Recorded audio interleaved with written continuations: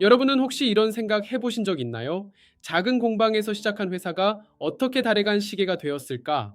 오늘 이야기할 브랜드는 바로 오메가입니다. 그런데 이 브랜드의 이야기를 들여다보면 단순한 명품 시계 이야기가 아닙니다. 이건 사실 작은 창업, 기술 혁신, 글로벌 브랜드, 그리고 인류 역사에 남는 기술로 이어지는 이야기입니다.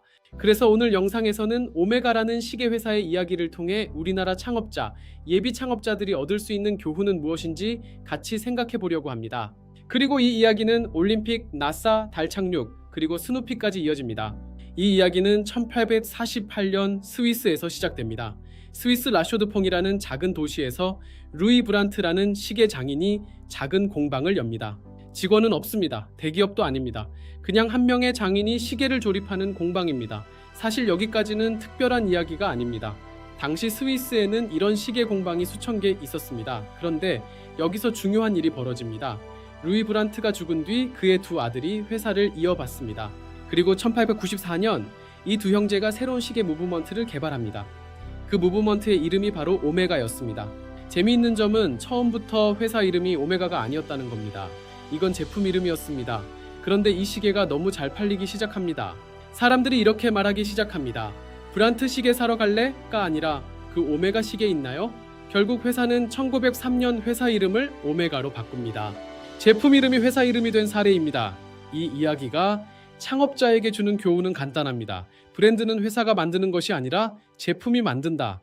한국 스타트업에서도 비슷한 사례가 있습니다. 예를 들어 어떤 서비스가 성공하면 회사 이름보다 제품 이름이 브랜드가 되는 경우가 많습니다. 오메가가 바로 그런 모범적인 사례가 되겠습니다. 이제 시간이 조금 흐릅니다. 1932년 미국 LA 올림픽. 당시 올림픽에는 큰 문제가 있었습니다. 시간 측정입니다.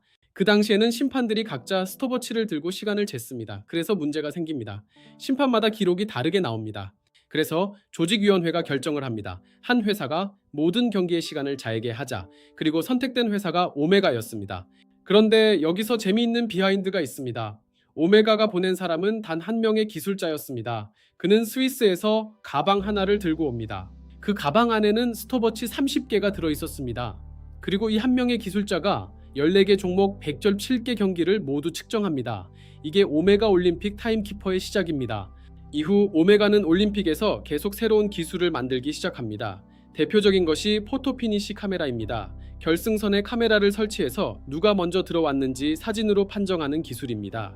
그리고 또 하나 수영 경기에서 사용하는 터치패드입니다. 수영 선수가 벽을 터치하면 기록이 자동으로 멈춥니다. 이 기술이 나오기 전에는 심판이 버튼을 눌렀습니다. 즉 오메가는 단순히 시간을 잰 것이 아니라 스포츠 기록 시스템 자체를 바꿔버렸습니다. 이제 이야기의 무대는 우주로 넘어갑니다. 1960년대 네이사는 우주 프로그램을 준비하고 있었습니다. 그런데 문제가 있었습니다. 우주에서 사용할 공식 시계가 없었습니다. 그래서 네이사는 여러 브랜드 시계를 사서 테스트를 합니다. 재밌는 점은 브랜드들은 이게 나사 테스트인지도 몰랐습니다.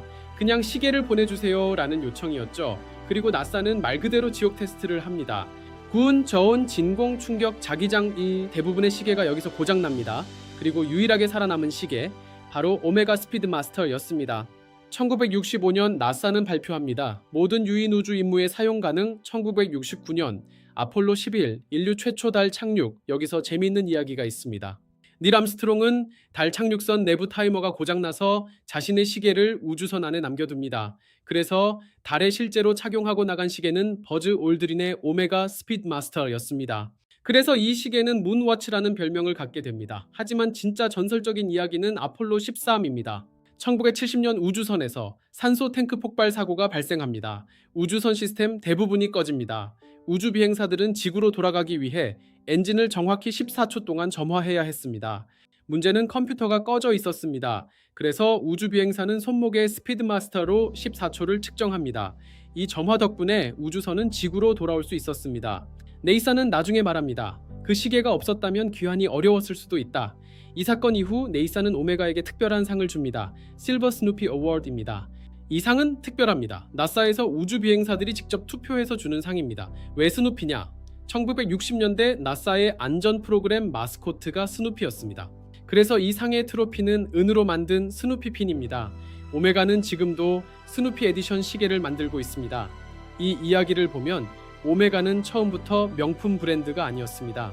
작은 공방에서 시작했습니다. 그리고 기술 혁신, 산업 생산, 스포츠 기술, 우주 프로그램, 이런 기회를 통해 브랜드가 만들어졌습니다. 여기서 창업자에게 주는 메시지는 분명합니다. 브랜드는 마케팅이 아니라 문제를 해결하는 기술에서 나온다. 올림픽에서는 시간 측정 문제, 나사에서는 우주에서 살아남는 장비, 이 문제를 해결하면서 브랜드가 만들어졌습니다. 오늘 이야기의 핵심은 이것입니다. 오메가는 시계를 만든 회사가 아니라 시간을 기록한 회사였습니다. 올림픽에서 인류 기록을 재고 네이사에서 우주 생존을 돕고 달까지 갔습니다. 그래서 오메가는 지금도 이런 문장을 사용합니다. First watch, one on the moon. 여러분은 어떻게 생각하시나요? 대한민국에서도 이런 이야기가 나올 수 있을까요? 작은 창업에서 시작해서 인류 역사에 남는 기술을 만드는 기업 말입니다. 오늘 영상이 창업을 준비하는 분들에게 조금이라도 영감을 주는 이야기가 되었으면 좋겠습니다. 지금까지 특허 대통령이었습니다. 고맙습니다.